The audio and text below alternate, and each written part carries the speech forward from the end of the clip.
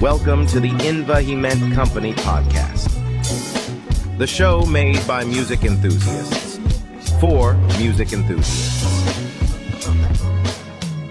What's going on, y'all? Hey, everybody. I'm Ashton. And I'm KP.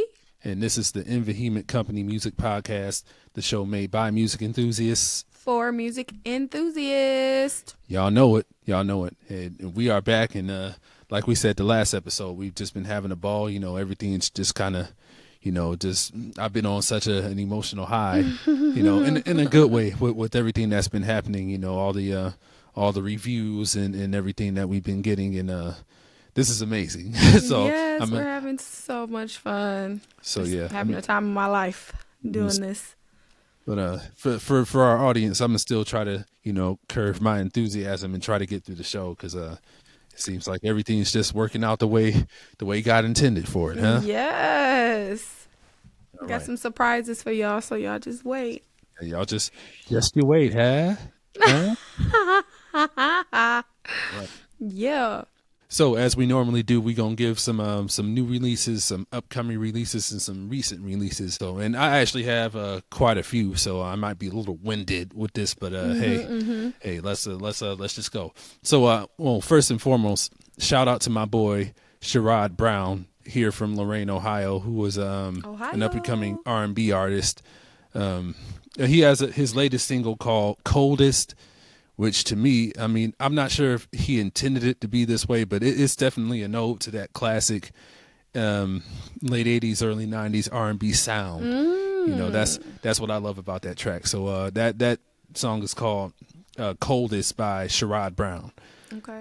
Also, you got Miss Morbid, who has an album called Family Disappointed. It's really that soft rock, that country rock sound, that I really enjoy. That I guess kind of along the Pink and Shania Twain kind of deal with just a little more force behind it. So with songs like Blood is Thicker Than Water, The Missing Piece, Mother, Was It Worth It?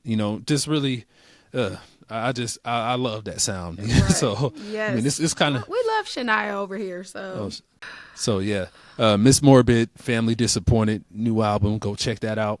John Baptiste, he has an album called Big Money, which I mean, I understand he's a jazz pianist, but he really, I guess he kind of crossed over with this one because the title track, Big Money, it's more like I want to say a country western feel to it. I mean, and he has a music video in it where he's in like the way out west, like them, I want to say them 1920, 1930 western movies with with all the speakeasies on the in the middle of nowhere. so yeah, the video is like that, but I mean it's still a dope album. Y'all go check that out. Yeah. This group out of Cleveland called Glory Music, led by a gentleman that I've known practically all my life, Pastor Nathaniel Burge. Okay. They have a new album called All Power. So that's a contemporary gospel album. Y'all go check that out. And then because there's always at some point you and I might end up saying the same thing, but my boy Damani Rhodes and his wife Vadia. Yes. But I think Tango Ice and Martin, they have an album called Traveling Shoes. Yep. I mean, and actually, because my boy Samadi, who I talked about last episode with his Instagram handle, Quit the Drums, he played on that album. So I'm like, oh, yeah. So, I mean, yeah, because him and Damani Rhodes, they're in a fusion band called Mino Yancy. Okay. And so, yeah, they do a lot of work together, and they actually had a podcast like some years ago, like pre-pandemic too. So, wow. So I used to watch that almost every day. So, yeah. So, Vadia, Damani Rose, and Tango Ice and Martin, Traveling Shoes. That album. Record Over, I have had on repeat since this morning. It's so good. And that has Ajay Monet on there too, doing some spoken word. And y'all, it's Chef's Kiss. So good. So good. Oh, yeah. So what you got? Oh, it's on me. Okay, what I got. Let's see. We have Nolly released her album. I love Nolly. She's from Brooklyn. You know, she has a couple of tracks that I've talked about before. Crossfaded, For You. She's very R&B, very good. I listened to the album today, and it was just, it flowed so well. It was just really good. So y'all go check that out. Gospel artist Samaji came out with his debut album entitled 92. It gives 90s R&B to me. It's so good. Produced by Anisha Burchett and also Bearded University. Do you know his name? P-Slide. Yeah. That's Shawan Andrews. Yeah, he produced this record also. So like, it's so good. So y'all go check that out. Samaji 92. Check that out. Adam Blackstone dropped his album Humble Magic Volume 1. And one of my best friends, shout out to Terry King over in the UK, he wrote, produced, and played keys on the title track of this album. So he's also part of BBE and other things. He does a lot of programming for Adam, so it was just perfect. And it's so good. So y'all go check that out. Support my friend Terry. Is amazing. Also, Corey Henry also has a new album out entitled Divine Time. Now, his last album was more gospel-based, church-centered. This album is soulful, soul music. So y'all go check out Corey Henry's Divine Time. Soul music. Yes, sweet soul music, exactly. Let's see here. Stacey Epps came out with her album entitled Flow Heart. Really, really good. She's from Atlanta. It's vibey. It's like a little tech, a little jazz, a little like it's all the things. Like it's really good. It's got one of my favorite producers is featured on a song on the title track, Flow Heart, actually. Chromo Nietzsche. I love him so much. He's amazing. If y'all follow me on social media, y'all already know I play Chromo Nietzsche out all the time. So shout out to Stacey Epps and that new album. Escape Room by Tiana Taylor dropped also on Friday. We had so many drops, y'all. It was just really hard to keep up with. And Jill is on one of them tracks. Her pen is on the track, very sensual, very intimate. It's like, yeah, y'all. It's Jill all day. So Tiana Taylor, we love Tiana Taylor. So good. Also, Wild Child dropped their album. And that is really, really good. It's like hip hop, and then it's got some R&B mixed in with it. Actually, Stacey Epps is featured on one of those songs as well. Amber Navern's also featured on this album as well. So y'all go check that out. Wild Child is the artist. Very good. So we had a lot of new drops yesterday. Man, oh my Lord. And yesterday was the 22nd. So yeah, of August. It was just, I just kept saying, oh, let me put this on the list. Let me put this on the list. Oh my God. It just keeps going and going. And you know what? I do have to give our listeners and our viewers, I do have to do them a solid, because actually, well, with the random songs playlist that I've been coming up with, you know, I mean, I pretty much come across at least 20 songs by the last time I mentioned it. So I definitely need to go ahead and share that, because like you mentioned, so many drops yesterday, and a lot of those songs, like when I went to go, when I was just on YouTube on a humbug, just streaming just random clips and music, just I saw like songs on YouTube. Just saw like a sea of them. So Lord, so you need to y'all gonna get it. Y'all gonna get it. Just be patient with me, because Exactly. He's going to come through with the vibes. And, I mean, to kind of segue a little bit off of that, don't forget, guys, on our Instagram page, we do a What We're Listening To every Wednesday. I give 3 tracks. Ashton gives 3 tracks. And we have a whole entire playlist that we add those to. So it is a roller coaster of vibes, genre, all fast, slow, gospel, rock, jazz, fusion, all kinds of R&B. It's really everything on this playlist, and that's always in our bio, in our description box on Instagram. So check that out, y'all. What we're I don't listening even to think this week. I don't even think it's an exaggeration to say that we're probably past 100 songs on it right now, Or close I to. mean, close to it. Like it's somewhere in the ballpark. So Yeah, man, it's a good mix. You never know what you're gonna get. You put that thing on shuffle. You don't even know. But y'all go check that out if y'all ever interested in what we're actually vibing to. So I'll ask this. So do you think by fall time, by like fall and winter time, we should make a new playlist of what we're listening to, just so we're just like keeping files of I mean, or do you think it should just be one big I mean, we could do playlist? like volume 1, 2, 3. I think that Okay. we can go that route. I think that would be cool. Oh yeah, Yeah, for Oh, sure. I mean, Yeah. not that I'm saying anybody would get overwhelmed. I mean, but Right, just I mean, just- and then definitely we could do different playlists, like, because the holidays are coming up. So like a Christmas, we could do our favorite Christmas playlist, and you know what I'm saying, things like that. oh yeah, We could do like a summer vibes. We could do, where it's like just summer music where you feel like you just want to, we could definitely like break the playlist up and down oh for sure. and get some stuff popping. We could do our favorite churchy stuff. We both church kids and all of that. So yeah. So yeah, like you said with the Christmas playlist, we're gonna have to put the up. entire all three Take Six Christmas albums on it. He Is Christmas. We Wish You a Merry Christmas, the most wonderful time of the year. So we got to have all them songs from all them albums. We're gonna give y'all the vibes to play at y'all Christmas list and at the Christmas parties. Okay, don't worry about it. We got y'all. yeah. Period. Mm-hmm. For sure. All right. So from here, let's get into some topics. Shall we? So I think you and I both came across one Todd Delaney. Good old Todd. Oh yeah. So, shameless plug. I mean, not anything with us, but y'all make sure y'all go watch the 40th annual Stellar Awards on the Stellar Network, which is going to be airing Saturday the 30th and Sunday the 31st of August at 8:00 both days. So y'all go check that out.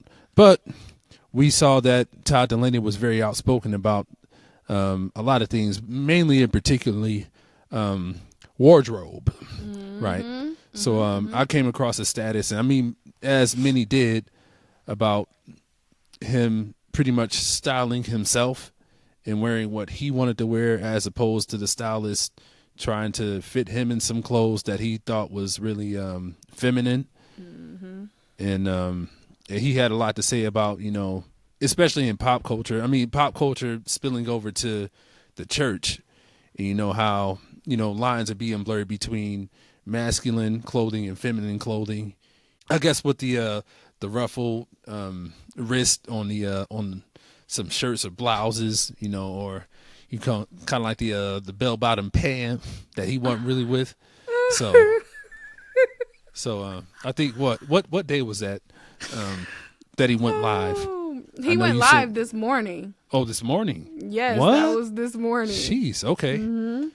And that man said he ain't taking nothing back. He said what he said. He said what he said. And people who actually know him, even on the other post, they was like, y'all really just need to leave this man alone, because y'all really don't know. Like, you get what I'm saying? Like, he don't play. So, like, that's one thing you need to know about Todd. Like, he ain't to be played with. So, like, he love the Lord, but you ain't want to play with him. But yeah, he said on the live, he said what he said. He meant what he said. And the context he was saying behind the status was just like, he said when he first came in the industry, he didn't really know how to stick up for himself in that particular area. He was just like, I felt like I didn't know any better. They knew what to do, and he was just kind of like going along with things. And he was saying, like, until he got to a point where he was like, nah, I'm not comfortable with that. I'm not wearing that. I don't like that, etc. or whatever. And he was basically trying to give the new artists up and coming and whatever, to like make sure that they use their voice to speak up for themselves when it comes to fashion, and the stylist putting you in things. He did say, he was just like, I mean, how high are the platforms gonna get for the guys? He was like, they like this high, and before you know it, they're gonna be like this, and then we're gonna be at heels. And when I tell you, I cried. He was like, how many man purses? He was like, the man purses are pursing. He was like, I mean, until they're just regular purses. So and he wasn't taking none of it back. He meant every word he was saying. I saw a couple of the looks from the Stellars. I didn't get to see them all, so I'm really not sure exactly who he was talking about. I kind of got like one person in my mind, but I don't know for sure. He didn't drop any names, so I'm not going to drop any names either. Well, I wasn't clear if he was talking about anybody. I know. Well, I'm still thinking about his Facebook status about stylists trying to put him in clothes that he really didn't feel was masculine or masculine enough. You know, so I mean, he was talking about the Stellars. Yeah. So he was talking about the Stellar Awards and what he saw at the Stellar Awards. He just didn't drop any names. Okay. So it's just like you could just only speculate who he was referring to. But you know, that's why y'all gotta watch on Saturday the 30th. So next weekend, Lord. Right? Yeah. Next weekend you can make your own assumptions, determinations. I mean, but it's kind of turning into the Met Gala almost. I mean, borderline Met Gala. You know, with everything. I mean, and then like he did say in his Facebook status, fashion and trends, they always fluctuate anyway. So I don't think he was really surprised, but I think at this point he had just had enough of it. And you know, people came at his neck for him being outspoken, and really from his life he said that he ain't stunting none of y'all. It's only gonna make him pray harder and fast harder, go harder. Like now he said he was actually chilling. Like he's a lot of people don't know he actually at one point was a Major League Baseball player for the Mets. And then after that he started being a recording artist for gospel, and then like he actually laid in the background and was coaching his son's baseball team, if I'm not mistaken. So that, and then he said from all this actually resurged his musical career. So now he's got, you know, new music coming out. He now a tour is coming out. Like a lot of people, he said from this, a lot of people reached out to him wanting to come to their venues and churches for touring. And this is worldwide. So I mean, it's funny. Some attention is attention. Okay. So yeah, like I mean, I love Todd Delaney. Shout out to Todd Delaney. He always keeping it real. He's funny. Love his music. So listen, y'all just stop playing with that man, and y'all gonna be all right. and I'll say this: as a man, I appreciate him speaking up the way he did. And so shout out to Todd Delaney, and you know, and I mean, there's much more I could say, but you know, man to man, I definitely I respected him immensely, but now it's just gone up to another level. Much respect to Todd Delaney for using his voice in a world that y'all know what I'm talking about. Sometimes afraid or timid too. I'm going to be being politically correct. Yes, politically correct. But shout out to Todd Delaney for going that route. You know, we support you, brother. And then to segue off of that, we're getting into Miss Jackie Hill Perry in a reel that you shared with me that I really love that she said this. You know, so much so. Let's go here. So I guess there was a study saying, I guess 80 to 90% of modern church anthems or songs are created by 5 churches. You know, I mean, those churches weren't mentioned so much, but I can see how, you know, that plays in, because I mean, a lot of praise and worship teams in the black church all singing the same songs anyway, and you know that can go back to you know, Norman Jumphey's interview with Isaac Caree with Maverick City Music and all that. But we've already talked about that. Let's not go back there. But I mean, but anyway, I mean, so I guess she was suggesting that a lot of churches make up their own songs and kind of like, you know, as the Bible says, a tehillah, which means sing a new song of praise. I guess from the creative standpoint, it might not be as easy as easier said than done, as the saying goes. But I do want to give a good shout out to my people at Rhema Fellowship in Cleveland, Ohio. Pastor Anthony Parker, a gentleman that I've known almost the last 20 years, and for their church, they have a lot of songs that they've actually made up for themselves, and then it's just so refreshing. That's awesome. So I have to give a shout out to them, Raymond Fellowship in Cleveland, Ohio.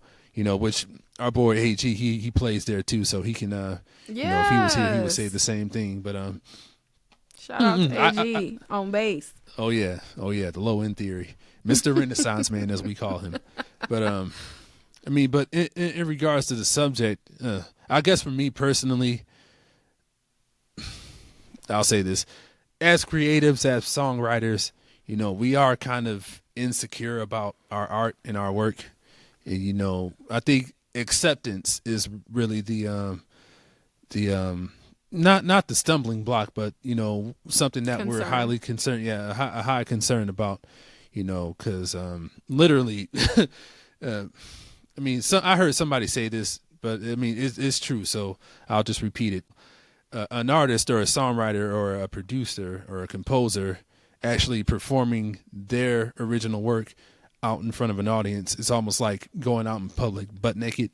So makes sense. It's very vulnerable. Very vulnerable. So it's I like guess, Erica. What she say? I'm an artist and I'm sensitive about my you Mm-hmm. know. Yeah, It's that. Yeah, we're all sensitive and insecure about what we do. Because acceptance is we want people to vibe what we're vibing to. Mm-hmm. So. So I get it, but I guess I guess in the same token, on the flip side of that, a lot of praise and worship leaders probably don't even think to write their own stuff, and they probably don't even care to write their own stuff. To be honest, not to speak for anybody, but that's considering that a lot of the churches sing a lot of the same songs. That's probably the case. What's your idea about it, or what do you think about it? Okay, so my thoughts on it is I thought it was a refreshing conversation, considering like how everyone is singing the same songs, like the same songs from the same albums, typically, like they were all saying, kind of like by the same people or whatever. And we live in Toledo. I live in Toledo, Holy Toledo. It's a church on every corner. And, it would be nice, to hear some original music. And I think the important part of what she was saying was like, there are so many gifted people in the church. So many gifted people in your own church. Like, use the gifts that you have in-house and create something really special for your house. For sure. All right. Like, you could like put something together for your house, which I thought that was like really amazing. I think people can take things and make it more complicated than what it is, because when you think of hymns and things like that, people were just singing, writing and singing. It wasn't about mixing and mastering and recording and all these things. So I think a lot of churches think on that level, like we need money. Like we need money to record albums and to whatever and whatever. Don't record them. Just sing them for y'all. Like write them, sing them, whatever, register them. But like, so nobody steals them. But you don't have to like do a whole entire workup album with the photo shoot and all the things. You get what I mean? Like it's a whole big production, which I understand it's the music industry. But like, I think starting from the beginning, just start writing something. Y'all, it's lots of praise and worship leaders, so many band members who have writing capabilities and producing capabilities and not just playing the instrument, but they're so gifted in so many other areas as well. Like, I think too, that not even what she talked about, but I think if musicians had more of a hand in that kind of thing, what's the words that I'm looking for? Like it would tie them into the house better, into the church, into the ministry better versus just them coming and doing a job, like a job. You get what I'm saying? Like they're a part of this ministry in a way that they can connect and it's important to them, and they're using all their gifts and talents to bring glory to God and to minister to the people. So she didn't say that in a clip, but that came like, yes, like, you know, it's always this push and pull with the musicians in the church. Like they want y'all, but they don't like y'all all the time.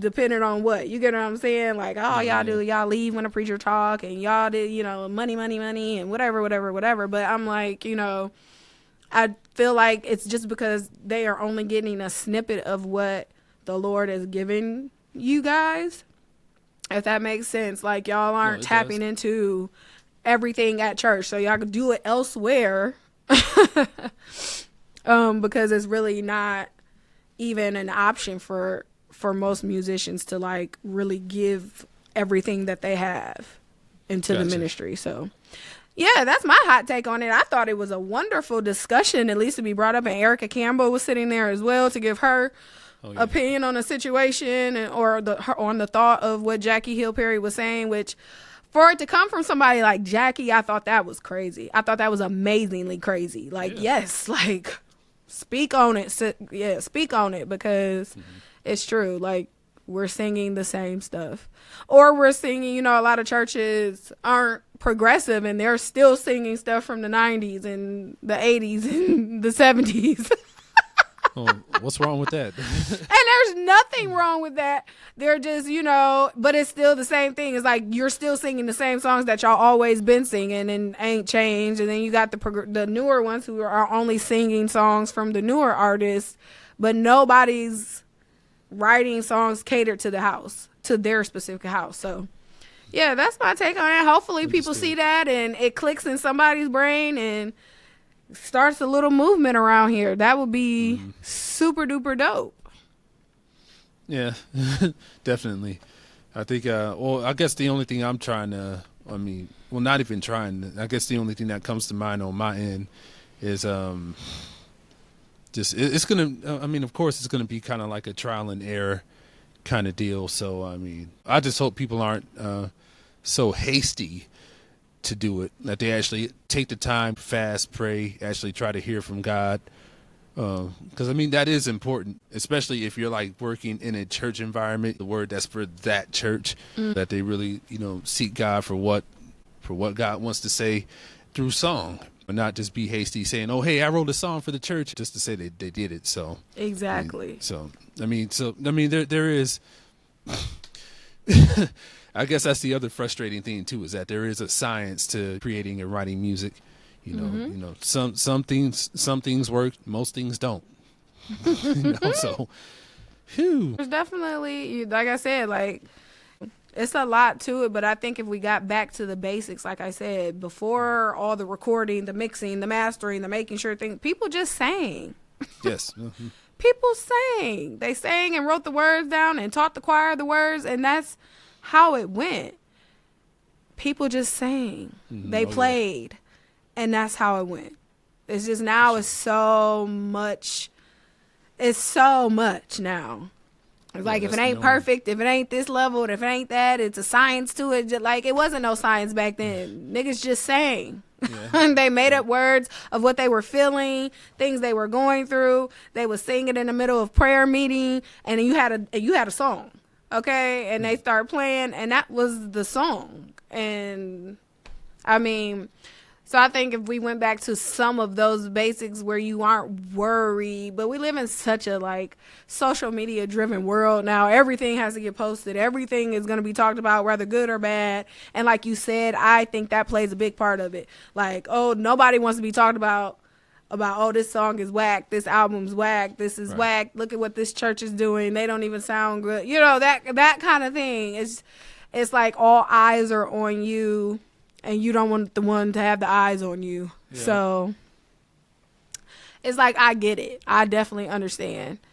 But like I said, hopefully it touches the right people with the right frame of mind and the right resources to be able to to be able to do it, and then it kind of like do a domino effect, trickle down to give people courage to do it as well, other people.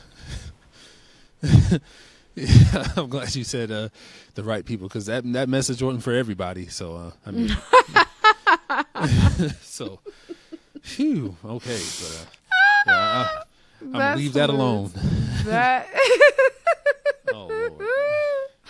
that is funny, but yes, shout out to Jackie Hill Perry and Preston Perry for their podcast. They really do talk about amazing topics, music, and all kinds of other things as well. But yeah, shout out to them. For sure. Yeah. For sure. Yeah. Yeah. That's.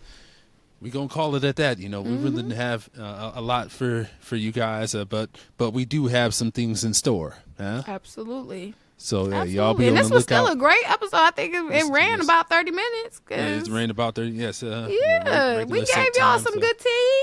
Okay, it was a lot of tea tonight with a lot of new releases. Which, listen, I was most excited about all the new releases. I was just a kid in a candy store yesterday. Yes. Like listening and saving them, and like I was like, I can't wait to tell the people. I couldn't wait to tell y'all. So yes, I think this was a very good episode. So yes. With all the new releases, don't walk, run to your smart device, and then open that whatever that digital streaming platform you use, and look up all the music we done mentioned, because like I said, we're music enthusiasts, right? So hey, you got to be open to everything. So go ahead, give us some feedback on how you enjoyed everything, and just and that's the other thing too. Like communicate with us. We don't bite. Yes, come on please, y'all leave a comment or 2 or 3 or 4. We're gonna get even more active on here, because I know we just post weekly, but we're gonna make this more of an interactive channel as well, posting shorts and vlogs and things outside of just the recordings. But y'all tell a friend to tell a friend to tell a friend about the Vehement Company Music Podcast. So, get the word out there. And again, if y'all haven't came over to Instagram and joined that family over there that's growing, y'all come over there, because we are very, very active on Vehement Company music page over there. Like we have every a lot day. Of fun. We have a lot of fun with our followers. A lot of engagement too. So yes, it's a party. It's a party over yonder. I'll say exactly. So please, come over there and just hang out with us as well. But yeah, it's been 3 months, and it's been the most amazing 3 months. So, oh man, hasn't it? It's been the most amazing 3 months. So very excited about the future. But yeah, this was a good episode. But like he said, make sure you check out our other episodes. The last episode with Josh Stokes, go check that out. That was super fun, a super dope interview. So y'all go check that out. Josh is super dope. Shout out to Ashton for even talking about him to bring him on this show or whatever. For sure, yes. I was just blown away by everything he was saying, his album, his work, the things that he does. So yeah, y'all go check that out. I think you guys would really love that. Oh yeah. So yeah. And he'll be back. He'll be back. He said he wanted to be back, and we told him that we will have him back. So be on the lookout for when he's back with us. And we just gonna sit here and just talk music stuff. It ain't gonna be no interview, but we're just gonna get on here and just do what we chop do. It up. So yeah, that's gonna be dope. But so station identification. This is the Vehement Company Music Podcast, the show made by music enthusiasts for music enthusiasts. Y'all know what it is. Peace out, y'all. Peace out.